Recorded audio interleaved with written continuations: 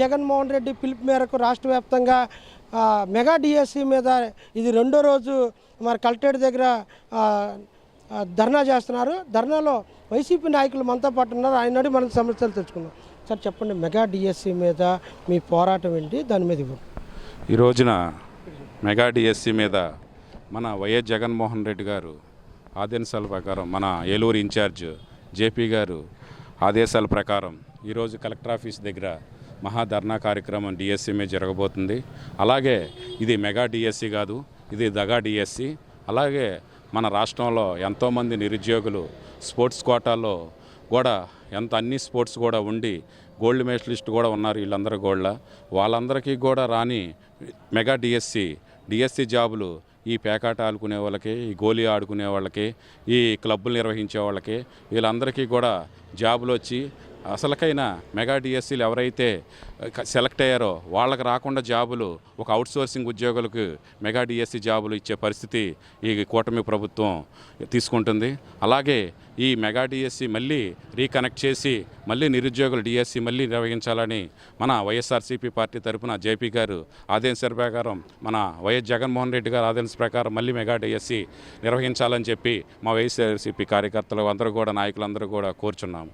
అదే కూటమి ప్రభుత్వం ఏదైతే సంక్షేమ కార్యక్రమాలు 2 ఏళ్ల పరిపాలనలో బాగా చేసుకెళ్తున్నాం, కావాలని చెప్పి ఇదంతా కూడా కుట్ర చేస్తున్నారని చెప్పి ఆరోపిస్తున్నారు. ఏదండి, ఎక్కడ చేస్తున్నారండి? ఏ రోజు కూడా ఇప్పటికీ 2 సంవత్సరాలు 4 నెలలు అయింది. గవర్నమెంట్ 2024 తర్వాత వచ్చి ఇప్పుడు గవర్నమెంట్ వచ్చి 2 సంవత్సరాలు 4 నెలలు అయిందండి.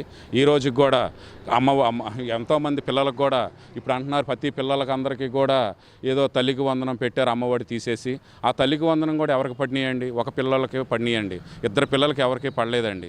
అలాగే ప్రతి మహిళ ఆడపడుచులందరికీ కూడా 45 సంవత్సరాలు దాటిన తర్వాత ఆ రోజు వైఎస్ జగన్మోహన్ రెడ్డి గారు మన మాజీ ముఖ్యమంత్రి ఆ రోజున 2024 ముందు ముఖ్యమంత్రి చేసినప్పుడు ప్రతి ఒక్కరికి కూడా 45 సంవత్సరాలు దాటిన ప్రతి ఆడపిల్లకు కూడా ఇది మన 18,000 రూపాయలు ఇచ్చేవాళ్ళు. వాళ్ళన్నీ కూడా ప్రతి చదువుకున్న నిరుద్యోగులకు కూడా 3,000 రూపాయలు ఇస్తున్నారు. ఆ 3,000 కూడా లేవండి. అలాగే ప్రతి ఆడపిల్లకు కూడా ఇది డిగ్రీ చదువుకున్న వాళ్ళు, ఎంబీఏ చదువుకున్న వాళ్ళందరికీ కూడా 3,000 రూపాయలు ప్రతి నెల అని చెప్పారండి. అవన్నీ కూడా మాయ మాటలు చెప్పి అలా కూటమి ప్రభుత్వం ఈ రోజున అధికారంలోకి వచ్చింది. అధికారంలోకి వచ్చింది. కానీ ఎక్కడా కూడా ఏ రోజు కూడా ఏదైతే వీళ్ళు ప్రవేశపెట్టారో ఇది ఏదో 5 సూత్రాలు ఏదో పెట్టారో అది కూడా ఎక్కడా కూడా నిర్వహించలేదు. చంద్రబాబు నాయుడు గారు కానీ, పవన్ కళ్యాణ్ గారు కానీ, అలాగే బీజేపీ కూడా ఎవరు కూడా నిర్వహించలేదు.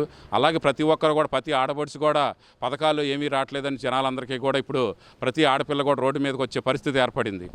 సార్ చెప్పండి, నిన్న ఏదైతే విజయవాడలో ఏదైతే వైఎస్ జగన్మోహన్ రెడ్డి పిలుపునిచ్చారో ఆ పిలుపు మేరకు విజయవాడలో దీక్షా శిబిరాలు ఏదైతే ఉన్నాయో అక్కడ బోండా ఉమ్మ వచ్చి అడవుడు చేస్తారు. దాన్ని ఎలా చూస్తారు మీరు? ఈ రాష్ట్రంలో అరాచక పాలన జరుగుతూ ఉంది, రెడ్ బుక్ పాలన జరుగుతూ ఉంది. మరి డాక్టర్ బాబాసాహెబ్ అంబేద్కర్ గారి యొక్క ఆలోచన విధానంలో శాంతియుతంగా మేము నిరసన తెలియజేస్తూ ఉన్న సమయంలో మరి మల్లాది విష్ణు గారు మాజీ ఎమ్మెల్యే గారి యొక్క ఆధ్వర్యంలో మరి నిరసన కార్యక్రమం జరుగుతూ ఉంటే అక్కడ లోకల్ ఎమ్మెల్యే అటువంటి బొండా ఉమా గారు మరి దౌర్జన్యం చేసి టెంటను పీకడం అనేది చాలా హేయమైన చర్య. దీన్ని మేము తీవ్రంగా ఖండిస్తున్నాం. ఈ రాష్ట్రంలో శాంతి భద్రతకు విఘాతం కలుగుతూ ఉంది. మరి శాంతియుతంగా ధర్నాలు చేసుకునే హక్కు ఈ ప్రజాస్వామ్య దేశంలో డాక్టర్ బాబాసాహెబ్ అంబేద్కర్ గారు కల్పించడం జరిగింది. గతంలో మరి టీడీపీ ప్రభుత్వం అనేక నిరసన కార్యక్రమాలు చేపట్టినప్పుడు జగన్మోహన్ రెడ్డి గారు ఏ విధమైనటువంటి మరి కార్యకర్తల జోలికి వెళ్లకుండా మరి సమన్వయం పాటించిన గొప్ప నాయకుడు జగన్మోహన్ రెడ్డి గారు. మరి అతి చిన్న వయసులోనే మరి పేద బడుగు బలహీన వర్గాల సంక్షేమం కొరకు నవరత్నాలను తీసుకొచ్చి మరి ప్రతి ఒక్క పేద గుండెల హృదయాల్లో చెరగముద్ర వేసుకున్నటువంటి మా నాయకుడు జగన్మోహన్ రెడ్డి గారు. క్రమశిక్షణకు మారుపేరు జగన్మోహన్ రెడ్డి గారు.